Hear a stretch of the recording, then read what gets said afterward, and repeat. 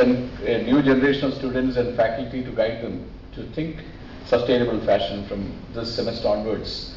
We would like a lot of thinking and your experimentations, your innovations, your new ideas all to flow through this one little bit de novo channel which we want to create, because every institution needs to be differentiated. And if you have to differentiate, you need to say that, okay, IIM stands for sustainable fashion, rather than just selling any kind of fashion. Therefore, then among the institutes, you will have also a very clear positioning. And that is why, when Anupama met me a few months back when we discussed, and she said she is going to be in India, I said that we must have this on the opening day of the students, because the focus of this should be right then and there placed to the students. So having said this, I have called this Planet, People and Profit. We have not had time to discuss how we are going to interview, but I thought it will be interesting to look at this context.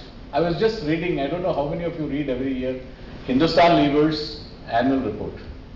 And if you have not started the habit, I suggest you do, because I find that it's always stimulating from the time of various people who have headed Hindustan Lever.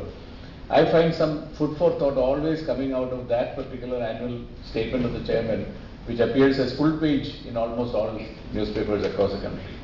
And yesterday when I was reading it, it struck me that I can start today's presentation with this. They call it a VUCA world. We are living in a VUCA world. VUCA stands for volatility, uncertainty, complexity and ambiguity. And absolutely well said. And this is the creation of US Army War College as usual.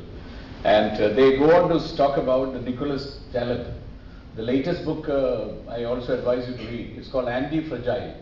But this particular book, which deals earlier with black swans, says that our life earlier was predictable. But now life is no more so predictable, because outliers, the new word again, outliers which are like black swans suddenly appear and change everything. And that is what happened when September 11 happened, and the terrorist attack and the wide and almost rapid development of the internet, the Android telephones, which, how many of you use Android telephone?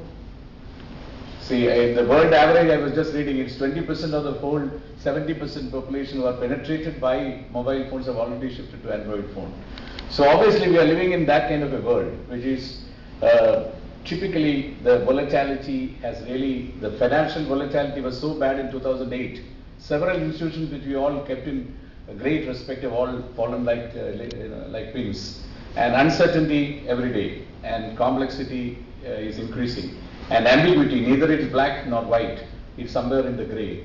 And the black swans keep changing their predictability to the world. And you have seen it in climate. You have seen tsunamis appearing, flash floods appearing, thousands of people just getting washed out. The recent tragedy in Uttarakhand. How many of you have been reading that? Thousands of people. Government is not even willing to admit how many people died, simply because it's a staggering figure. And it just came and changed the landscape and